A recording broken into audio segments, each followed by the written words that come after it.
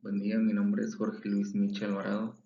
Soy estudiante de la Universidad Virtual del Estado de Guanajuato, con número de matrícula 220-21463.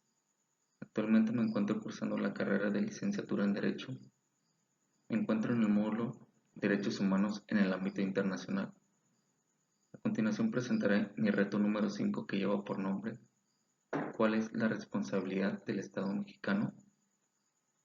En este módulo me acompaña mi asesora Diana Patricia Josefina Orcasitas Hernández. La fecha de elaboración del presente reto es el día 16 de octubre de 2024. A continuación daré lectura al caso número 1. Ana se encontraba pacíficamente repartiendo panfletos a las personas que se manifestaban en la plaza de armas de su ciudad. El contenido de los panfletos versaba sobre citas bíblicas. Al enterarse de lo que hacía Ana, un policía decidió arrebatarle los panfletos y detenerla, argumentando que no era lugar para repartir ese tipo de información, pues alteraba el orden. Ana permaneció encerrada e incomunicada dentro de una patrulla durante 3 horas, hasta que la manifestación concluyó. Posteriormente, el policía la trasladó a Brandilla, donde recibió burlas y calificativos peyorativos por el personal de seguridad pública. Luego de un día detenida, la dejaron en libertad. Ana denunció el hecho ante la Fiscalía General del Estado, así como ante la Comisión Estatal de Derechos Humanos. Ambas instituciones omitieron el inicio de cualquier procedimiento, por lo cual Ana acudió a la Justicia Federal, donde resolvieron incompetencia para conocer del asunto. 2 años después, Ana presentó su caso ante la Corte Internacional de Derechos Humanos. A continuación daré respuesta al siguiente planteamiento. ¿Consideras que existe responsabilidad por parte del Estado mexicano? En este caso, sí considero que existe responsabilidad por parte del Estado mexicano, ya que Ana únicamente se encontraba pacíficamente entregando los panfletos en los mismos que versaban citas bíblicas, y asimismo se violaron sus derechos, los cuales son los siguientes. En este caso tenemos en el artículo primero constitucional que nos menciona que en los Estados Unidos mexicanos todas las personas gozarán de los derechos humanos reconocidos en esta Constitución y en los tratados internacionales de los que el Estado mexicano sea parte, así como las garantías para su protección. Asimismo, también tenemos que en el artículo sexto de la misma Constitución nos menciona que la manifestación de ideas no será objeto de ninguna inquisición judicial o administrativa, sino en el caso de ataque a la moral, la vida privada o los derechos de terceros que provoque algún delito o perturbe el orden público. En este caso, notamos o vemos que Ana no estaba provocando ningún delito para perturbar dicho orden. Asimismo, en el artículo séptimo de la misma Constitución Política, en el párrafo segundo, nos menciona que ninguna ley y ninguna autoridad puede establecer la previa censura ni coartar la libertad de difusión, de acuerdo a lo previsto en el artículo sexto. En este caso, no se podrán secuestrar los bienes utilizados para la difusión de información, de opiniones e ideas, en este caso como el instrumento del delito. Asimismo vemos que el policía arrebató los panfletos a Ana de manera violenta con sus argumentos respectivos de que no era el lugar correcto para repartir la información. Entonces vemos que aquí se vulnera el derecho a sus bienes y el derecho a la libre expresión. Por otra parte, en el artículo 14 de la misma Constitución Política, nos menciona que nadie podrá ser privado de su libertad o de sus propiedades, posesiones o derechos, sino mediante juicio seguido ante los tribunales previamente establecidos. En este caso vemos que el policía detuvo a Ana 3 horas en una patrulla donde la mantuvo incomunicada y en consecuencia y por siguiente la trasladó a Brandilla y después de un día la pusieron en libertad. Aquí se cometió una violación a sus derechos humanos, ya que no es delito la libertad de expresión que se emanan en los artículos 6 y 7 constitucionales. Asimismo, en el artículo quinto de la Declaración Universal de Derechos Humanos, nos menciona que nadie será sometido a tortura, ni a penas o tratos crueles, inhumanos o degradantes. Y en este caso vemos que Ana sufrió de burlas y calificativos peyorativos, degradantes durante su estancia en la barandilla. Estos mismos que se realizaron por los elementos de seguridad pública, violando así su derecho. De la misma manera, en el artículo 18 de la misma Declaración Universal de los Derechos Humanos, nos menciona que toda persona tiene derecho a la libertad de pensamiento, de conciencia y de religión. Al mismo tiempo se incluye la libertad de cambiar de religión o de creencia tanto como en público como en privado, por la enseñanza, la práctica, el culto y la observancia. En este caso vemos que Ana fue detenida por el simple hecho de expresar su creencia religiosa y no se respetó este derecho por parte del Estado mexicano, que asimismo se fundamenta en el artículo 24 constitucional.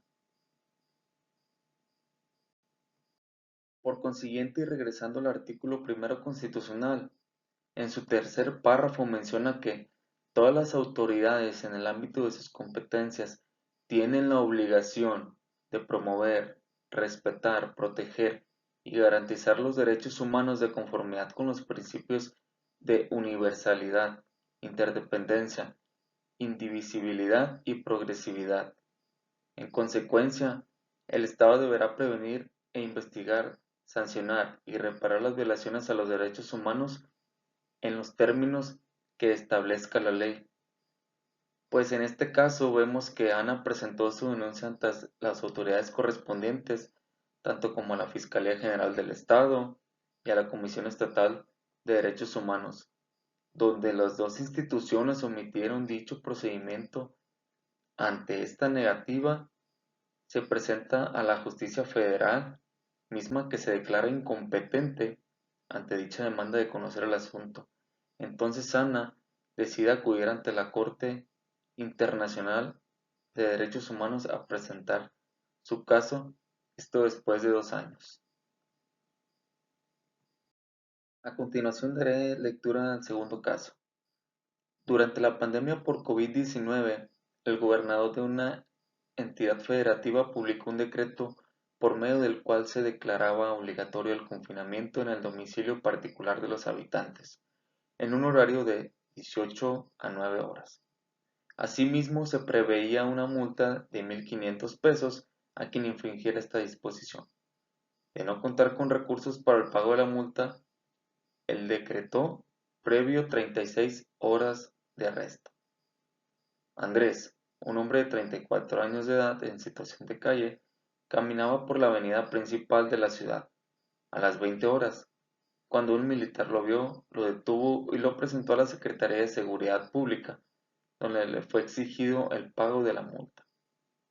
Andrés argumentó no tener casa-habitación, familia, ni dinero para pagar la multa. Como consecuencia, fue privado de la libertad durante 36 horas y boletinado en fotografía incluida en redes sociales como el primer detenido, un sinvergüenza capaz de negar a su familia con tal de no pagar la multa. Derivado del anterior, fue localizado por una asociación civil a través de la cual se planteó su caso en jurisdicción militar y ordinaria, hasta ponerse de conocimiento de la Corte Internacional de Derechos Humanos. A continuación daré respuesta al siguiente planteamiento. ¿Consideras que existe responsabilidad por parte del Estado mexicano? En este caso sí considero que existe responsabilidad por parte del Estado mexicano, ya que Andrés estaba caminando dentro del horario permitido, o sea, hace las 20 horas, de acuerdo al decreto que fue expedido por el gobernador de las 18 a las 9 horas. De la misma manera se vulneran los derechos de Andrés, los cuales son los siguientes. tenemos que en el artículo primero de la Constitución Política de los Estados Unidos Mexicanos nos menciona que en los Estados Unidos Mexicanos todas las personas gozarán de los derechos humanos reconocidos en esta Constitución y en los tratados internacionales de los que el Estado mexicano sea parte, así como las garantías para su protección. Asimismo, en la misma Constitución, el artículo 11 nos menciona que toda persona tiene derecho para entrar a la República, salir de ella, viajar por su territorio y mudar de residencia, sin necesidad de carta de seguridad, pasaporte, salvoconducto u otros semejantes. De la misma manera, en el artículo 13 de la Declaración Universal de Derechos Humanos nos menciona que toda persona tiene derecho a circular libremente y a elegir su residencia en el territorio de un estado. Asimismo, toda persona tiene derecho a salir de cualquier país, incluso el propio, y regresar a su país. En este caso vemos que Andrés está en todo su derecho de libre tránsito para poder andar en la hora establecida que el gobierno decretó. De la misma manera, en el artículo 11 de la Declaración Universal de Derechos Humanos nos menciona que toda persona acusada de delito tiene derecho a que se presuma su inocencia mientras no se pruebe su culpabilidad conforme a la ley y en juicio público en el que se le hayan asegurado todas las garantías necesarias para su defensa. Así también menciona que nadie será condenado por actos u omisiones que en el momento de cometerse no fueron delictivos según el derecho nacional e internacional. Tampoco se impondrá pena más grave que la aplicable en el momento de la comisión del delito. En este caso, vemos que Andrés no omitió el horario establecido por las autoridades ni tampoco es considerado como un delito.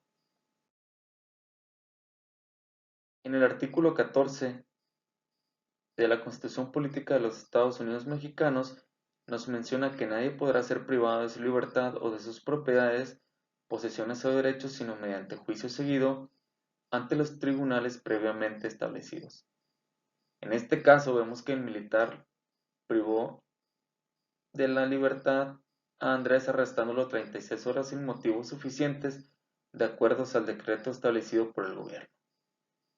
De la misma manera, en el artículo 12 de la Declaración Universal de Derechos Humanos nos menciona que nadie será objeto de injerencias arbitrarias en su vida privada, su familia, su domicilio o correspondencia, ni de ataques a su honra o a su reputación. Toda persona tiene derecho a la protección de la ley contra tales injerencias o ataques. En este caso vemos que Andrés fue vulnerado en su derecho a la privacidad y dañaron su reputación ya que fue boletinado y fotografiado en redes sociales por negar a su familia para no pagar la multa para dicho decreto. En conclusión, el Estado mexicano tiene la obligación de hacer que se respeten los derechos humanos no solamente de los mexicanos, sino también de todas las personas extranjeras que entren a nuestro territorio. Esto emana de la Declaración Universal de los Derechos Humanos y nuestra Constitución Política de los Estados Unidos Mexicanos, donde esto está escrito sobre los derechos fundamentales para el desarrollo de todos los individuos. Si el mismo Estado mexicano mantiene y hace que se respeten los derechos humanos y las garantías individuales de todas las personas, esto se mantendrá la paz entre los países en los que forman parte. Muchas gracias.